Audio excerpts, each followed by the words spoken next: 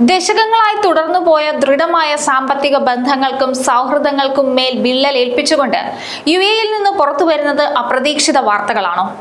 യുഎഇയിലെ പ്രമുഖ വിമാന കമ്പനികളുടെ വെബ്സൈറ്റുകളിൽ പ്രത്യക്ഷപ്പെട്ട പുതിയ അറിയിപ്പുകൾ പ്രവാസ ലോകത്തെ ഒന്നടങ്കം അമ്പരപ്പിച്ചിരിക്കുകയാണ്. ടെഹ്റാനിലെ സംഘർഷഭരിതമായ അന്തരീക്ഷം ഗൾഫ് നാടുകളിലെ സാധാരണക്കാരുടെ ജീവിതത്തെ എങ്ങനെ ബാധിക്കുന്നുവെന്നത് ഇപ്പോൾ വലിയൊരു ചോദ്യചിഹ്നമായി മാറിയിരിക്കുന്നു. പതിറ്റാണ്ടുകളായി യുഎഇയെ സ്വന്തം വീടായി കണ്ടിരുന്ന ഒരു വലിയ സമൂഹത്തിന് മുന്നിൽ പെട്ടെന്ന് വാതിലുകൾ അടയുകയാണോ? ദുബായിലെയും മറ്റ് എമിറേറ്റുകളിലെയും ഇറാൻ പൗരന്മാർ നേരിടുന്ന പുതിയ പ്രതിസന്ധിയെക്കുറിച്ചുള്ള ചില വിവരങ്ങൾ പുറത്തു വന്നിരിക്കുകയാണ്. ഇറാനിൽ നിന്ന് വരുന്ന ഡ്രോൺ മിസൈൽ ആക്രമണങ്ങൾക്ക് മറുപടിയായി യുഎഇ രാജ്യത്ത് താമസിക്കുന്ന ഇറാനികൾക്കെതിരെ വ്യാപകമായ നടപടികൾ ആരംഭിച്ചു കഴിഞ്ഞു. വിസ റദ്ദാക്കുകയും ഇറാനിയൻ സ്ഥാപനങ്ങൾ അടച്ചുപൂട്ടുകയും ചെയ്തു. ദുബായിലെ പതിറ്റാണ്ടുകളായി യുഎഇയിൽ താമസിക്കുന്ന ബന്ധുക്കളുടെ വിസ അപ്രതീക്ഷിതമായി റദ്ദാക്കപ്പെട്ടു.